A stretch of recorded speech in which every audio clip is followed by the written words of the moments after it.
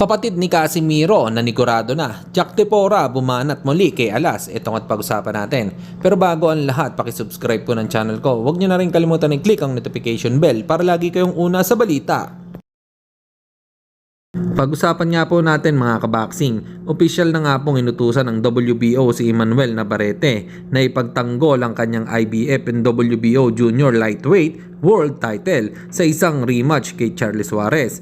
Sa susunod, may 20 araw ang mga bawat partido para sumang-ayon sa isang deal.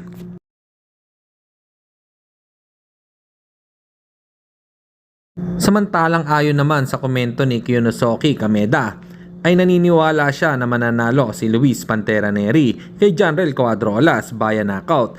Bagamat ang sagot naman dito ng kapatid ni Casimiro na si Jason Casimiro ay easy work lang daw ito sa kanyang kapatid na si Cuadro Alas. Ano pong masasabi nyo dito mga kaboxing? Comment lang kayo sa ibaba.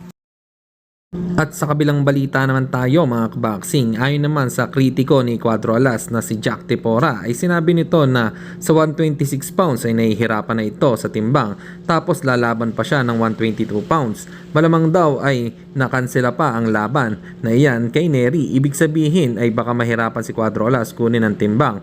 At sinabi din ni Tepora na BOBO daw ang mga Casimiro fans. Para sa inyo mga kaboxing, ano po ang masasabi nyo sa sinabi po ni Jack Tepora? Kung hindi makukuha ni Casimiro ang timbang, comment lang kayo sa ibaba. Hanggang dito na lang muna ang ating balita. Dito na lang ang aking boxing news report. Babu!